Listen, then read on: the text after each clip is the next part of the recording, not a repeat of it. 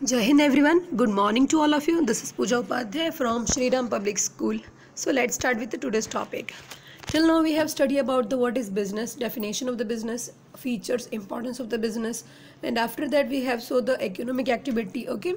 Now today in this lecture I am going to explain you what is a business risk. Business में risk क्या होता है, ठीक है. Business risk arise due to uncertainty. Business में risk क्या है जो अचानक से होता है, ठीक है, क्योंकि जो risk है वो हमें पहले से बोल करके नहीं आता है कि मैं आ रहा हूँ, right. So business risk is something which is arise due to uncertainty. For example, lockdown. Every stationery shopkeepers, फिर जो स्कूल यूनिफॉर्म वाले शॉपकीपर्स थे उनके लिए ये situation this April month is profitable होता था जनरली, क्योंकि अप्रैल में मोस्ट ऑफ स्कूल यहाँ पर खुल जाते हैं, ठीक है. तो उनके लिए ये प्रॉफिटेबल मंथ होता था क्योंकि इस टाइम पे उनके गुड्स का डिमांड बहुत हाई होता था. लोग यूनिफॉर्म, स्कूल की बुक्स, नोटबुक, टेक्स्ट बुक और अदर स्टेशनरी मटेरियल बहुत खरीदते थे. लेकिन due to the lockdown situation वो शॉप्स परमानेंट अभी बंद है, ठीक है. पता नहीं लॉकडाउन कब खुलेगा, फिर ये शॉप्स कब खुलेंगे. तो अभी वाला जो सिचुएशन है वो उनके बिजनेस के लिए रिस्क है क्योंकि उन्होंने पहले से माल ऑर्डर दे करके मंगा करके रखा है. अब ये भी चांसेस है कि कुछ मटेरियल्स ख़राब हो सकते हैं, कुछ गुड्स डैमेज भी हो जाए, कुछ एक्सपायर भी हो जाए, राइट. तो ये होता है हमारा बिजनेस रिस्क जो अनसर्टेन है, यानी कभी भी अचानक से आ जाता है, ठीक. The second one is your risk is an essential part of every business. ये बिजनेस रिस्क क्या है, हर एक ऑर्गेनाइजेशन का एक एसेंशियल पार्ट होता है, ठीक है, जिसके अंदर हम लोग नेगेटिव आउटकम्स को जज कर लेते हैं, जिसके थ्रू इन फ्यूचर हम लोग सेम सिचुएशन आने पे किस तरह से अपने बिजनेस ऑर्गेनाइजेशन को एडजस्ट करना है ये सीखने मिलता है, ठीक है. नेक्स्ट आता है degree of business risk depends upon the nature and the size of the business. अभी जो रिस्क है वो किसी का कम होता है, किसी का ज़्यादा होता है, किसी का बहुत ज़्यादा भी रिस्क हो जाता है, लॉस, ठीक है. रिस्क मतलब क्या, लॉस. अब ये कैसे पता चलेगा मैम कि किस बिजनेसमैन का कितना लॉस हुआ. तो डिपेंड करता है कि उसका बिजनेस किस नेचर का है. नेचर यानी मैन्युफैक्चरिंग है, फैक्ट्री है, या फिर ट्रेडिंग एक्टिविटीज़ कि वो सिर्फ खरीद बेच करते हैं, ठीक है. और दूसरा होता है साइज ऑफ द बिजनेस, यानी बड़ा बिजनेस है, छोटा बिजनेस है या मीडियम. इन दोनों की बेस पे ही रिस्क कितना होगा ये डिपेंड करता है. The last one is your profit is the reward of the risk bearing. Profit क्या है, रिस्क बियरिंग का रिवॉर्ड है. क्या है, रिस्क बियरिंग का रिवॉर्ड है. यानी प्रॉफिट क्या है, जो हम लोग रिस्क उठाते हैं उसी का रिटर्न्स होता है. फॉर एग्जांपल कोई भी बिजनेसमैन को छोड़ दीजिए, हम लोग अपना एग्जांपल ले लेते हैं, ठीक है. अभी आप लोग स्कूल में पढ़ रहे हैं, ठीक है, तो ये भी एक टाइप का आपके लिए एजुकेशनल बिजनेस हम लोग कंसिडर कर लेते हैं. सपोज मान लो कि आप लोग भी एक बिजनेस कर रहे हो एजुकेशन लेने का, ठीक है. इसमें भी रिस्क है. क्या रिस्क है मैम, जैसे फॉर एग्जांपल अभी आप पूरे साल पढ़ रहे हो तो आपको भी रिस्क लगा रहता है ना कि पता नहीं अच्छे मार्क्स आएंगे या नहीं आएंगे, फिर ये सब पढ़ाई करने के बाद हमें अच्छी नौकरी मिलेगी या नहीं मिलेगी. लेकिन एक बात बताइए, जब तक हम ये रिस्क नहीं लेंगे कि पता नहीं जॉब मिलेगा, पता नहीं अच्छे नंबर मिलेंगे या नहीं मिलेंगे, तब तक हम इसके अच्छे मार्क्स आने का और अच्छी नौकरी मिलने का रिवॉर्ड कैसे जीत सकते हैं, राइट. सो इसीलिए बिजनेस में रिस्क लेना बहुत ज़रूरी. जो रिस्क लेता है वो उसी को प्रॉफिट भी जनरेट होकर के मिलता है, इसीलिए प्रॉफिट बहुत ही ज़रूरी है, ठीक है. तो अभी तक हमने क्या देखा, बिजनेस रिस्क है कौन कौन से. बिजनेस रिस्क क्या है, it is arise due to the uncertainty, ठीक है. नेक्स्ट क्या, risk is an essential parts of every business. Degree of business risk depend upon the nature and the size of the business. Profit is the reward of the business risk. ये हो गया business risk. अब हम देखेंगे causes of the business risk. Causes of मतलब कौन कौन सी वजह से होता है. 4 है, नेचुरल, ह्यूमन, इकोनॉमिक्स, फिजिकल. कितने हैं, 4. Natural, human, physical, economics, right. नाम से ही सजेस्ट कर दे. OMG मूवी देखी है आप लोगों ने, राइट. उसमें देखो उनका शॉप गिर जाता है due to earthquake something, right. तो वो नेचुरल बिजनेस रिस्क उसी को कहते हैं हम लोग. क्या कहते हैं, जो नेचुरली जैसे अर्थक्वेक होना, फ्लड आना, ड्रॉट्स आना, जो नेचुरल कैलामिटीज़ की वजह से बिजनेस अफेक्ट होता है उसको हम लोग क्या कहते हैं, नेचुरल रिस्क, ठीक है. क्या कहते हैं, नेचुरल रिस्क. नेक्स्ट है ह्यूमन रिस्क। ह्यूमन रिस्क का मतलब होता है वो रिस्क जो ह्यूमन बीइंग की वजह से होता है। ह्यूमन बीइंग यानी कस्टमर्स हो सकते हैं, एम्प्लॉयज़ हो सकते हैं, एक्सेट्रा। फॉर एग्जांपल देखो, ड्यूरिंग द समर वैकेशन, अभी जो गर्मी का सीज़न चल रहा है, इसमें जनरली हम लोग गन्ने का रस, कोल्ड ड्रिंक, इन चीज़ों की डिमांड करते हैं, ठीक।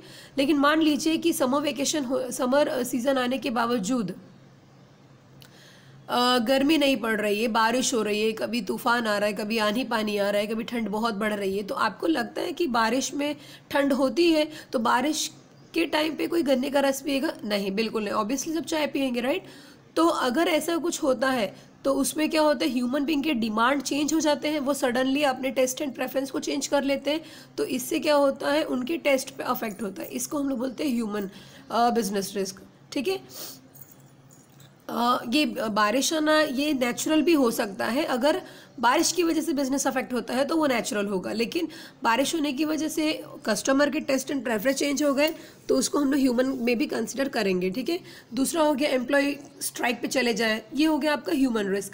अब सडनली आपको बहुत लार्ज क्वांटिटी में किसी गुड्स का ऑर्डर मिला है, आपको वो फुलफिल करना है और पता चला आपके एम्प्लॉय स्ट्राइक पे बैठ गए। जैसे अभी रिसेंट में आप लोग न्यूज़ देख रहे होंगे, तो कई जगह देखिए लॉकडाउन की वजह से जो डॉक्टर नर्स हैं वो स्ट्राइक पे हैं कुछ जगह पे, कि हमें सैलरी नहीं मिल रही है, हम इतने रिस्क पे काम कर रहे हैं। तो ये हो गया हमारा एक ह्यूमन रिस्क, ठीक है। नेक्स्ट है इकोनॉमिक रिस्क। इकोनॉमिक रिस्क का मतलब क्या होता है? इकोनॉमिक रिस्क का मतलब होता है जो गवर्नमेंट पॉलिसी बनाती है इकोनॉमिक्स के, ठीक है, उनसे रिलेटेड जो बिजनेस रिस्क होते हैं हम लोग उसको इकोनॉमिक रिस्क बोलते हैं। जैसे सडनली देखिए वैट हटा करके जीएसटी आ गया, ठीक है, तो ये इससे क्या होता है, कंपनी की पॉलिसी पे अफेक्ट होता है, कंपनी की जो टैक्सेशन पॉलिसी होती है उस पर इसका असर होता है।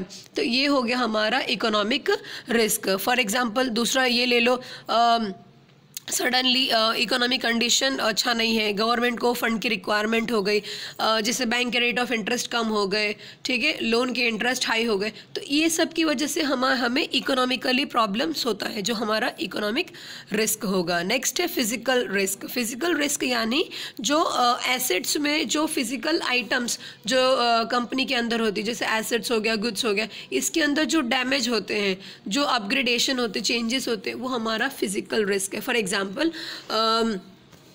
अभी कौन सा एग्जाम्पल लेंगे, चलो ये वाला एग्जाम्पल ले लेते हैं। जैसे टाइपराइटर को हटा करके हमने कंप्यूटर टेक्नोलॉजी इंप्रूवमेंट हुई, कंप्यूटर आया, लैपटॉप आया, तो हमने टाइपराइटर को साइड करके कंप्यूटर और लैपटॉप ले लिया। So due to this what happen, now the typewriter is your useless, but you have made the cost incurred on it well purchasing the typewriter. आपने कॉस्ट तो इंकर्ड किया होगा, लेकिन कंप्यूटर यानी नई टेक्नोलॉजी आने की वजह से वो यूजलेस हो गया। तो ये हो गया आपका फिजिकल रिस्क, यानी आपके फिजिकल एसेट्स में जो अफेक्ट होता है उसको हम लोग क्या बोलते हैं, फिजिकल रिस्क। क्लियर? तो नेचुरल रिस्क जो नेचर से रिलेटेड है, ह्यूमन रिस्क जो ह्यूमन बीइंग से रिलेटेड है, इकोनॉमिक रिस्क जो इकोनॉमिक पॉलिसी गवर्नमेंट की डिसीजंस की वजह से चेंज होती है उस पर डिपेंड है, और फिजिकल यानी फिजिकल एसेट्स में डैमेज होना, etcetera. Okay, now we are going to see the types of business risk. अब कितने टाइप्स के? 4 हैं। कौन कौन से? Insurable, non insurable, speculative and pure, ठीक है। तो सबसे पहले हम लोग देखेंगे इंश्योरेबल रिस्क। इंश्योरेबल रिस्क का मतलब होता है वो रिस्क जो इंश्योरेबल है, यानी जिसके होने पर हमें ज़्यादा वरी होने की ज़रूरत नहीं है, क्योंकि वो इंश्योरेंस कंपनी के थ्रू रिस्क कवर हो जाएगा, जिसका हम लोग इंश्योरेंस लेते हैं। ये जनरली फिजिकल और नेचुरल रिस्क को कवर करता है, ठीक है। जैसे मान लीजिए आपके एसेट्स को नेचुरल कैलामिटीज़ की वजह से अफेक्ट हो गया, ठीक है, या फिर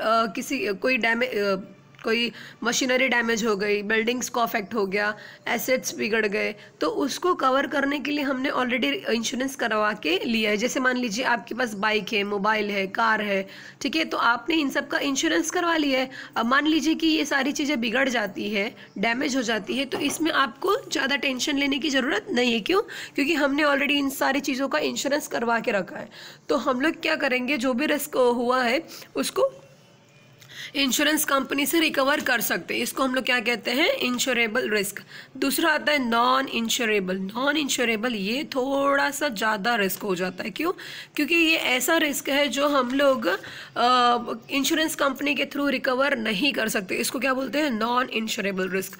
नॉन इंश्योरेबल रिस्क में आता है आपका ह्यूमन बीइंग और profit and loss, economic condition हो गया, जैसे मान लीजिए एम्प्लॉय स्ट्राइक पे चले गए या एम्प्लॉयज़ ने हाई सैलरी की डिमांड की, तो ये आपका नॉन इंश्योरेबल। क्यों मैम नॉन इंश्योरेबल? अब एम्प्लॉय सैलरी हाई डिमांड करेंगे तो ये सैलरी तो आपको ही देनी है, ये तो इंश्योरेंस कंपनी देगी नहीं, क्योंकि उन्होंने सैलरी का क्लेम तो इंश्योरेंस तो नहीं करवाया है ना। तो ये हो गया आपका नॉन इंश्योरेबल। यानी जैसे ह्यूमन स्ट्राइक पे चले गए एम्प्लॉयज़, कस्टमर की डिमांड सडनली चेंज हो गए, जो गुड्स बहुत सालों से चल रहा था अचानक से उसका डिमांड ख़त्म हो गया, तो ये जो रिस्क है इसको हम लोग इंश्योरेंस कंपनी के थ्रू क्लेम नहीं ले सकते, राइट। इसके लिए हम लोग इसको क्या बोलते हैं, नॉन इंश्योरेबल। और ये सबसे हाई होता है, आई मीन इसका इफेक्ट सबसे हाई होता है बिजनेस पे अगर ऐसा कोई रिस्क होता है तो, ठीक है।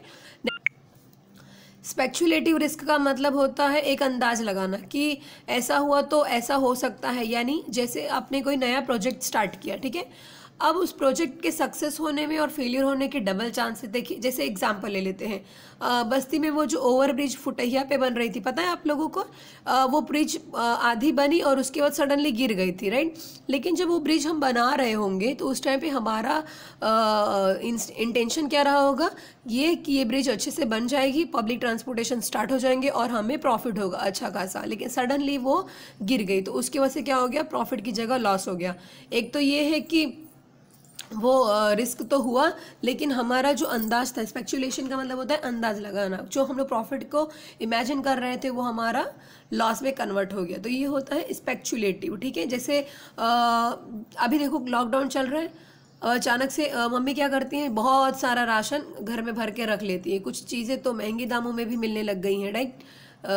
तो इससे क्या होता है, अब वो ज़्यादा राशन क्यों भर के रख रही है कि पता नहीं कब खुलेगा, और इसी वक्त ज़्यादा सामान लेके रख लेते हैं, नहीं तो फिर आगे नहीं मिला तो प्रॉब्लम हो सकती है। तो उन्होंने क्या किया, हाई प्राइस पे भी सामान लेकर के रख लिया। अब मान लीजिए कि 3 मई को रियल में सब कुछ ओपन हो जाए, सब कुछ लॉकडाउन ख़त्म हो जाए और सब कुछ स्टार्ट हो जाए, तो जो चीज़ें मम्मी महंगे दामों में ली हैं वो उस टाइम पर सस्ती हो जाएंगी, तो उनको प्रॉफिट की जगह क्या हो गया, लॉस हो गया, राइट।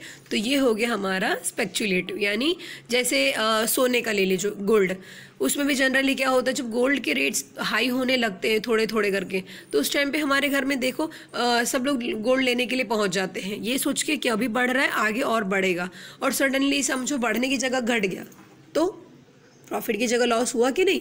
तो ये होता है स्पेक्युलेटिव लॉस, ठीक है।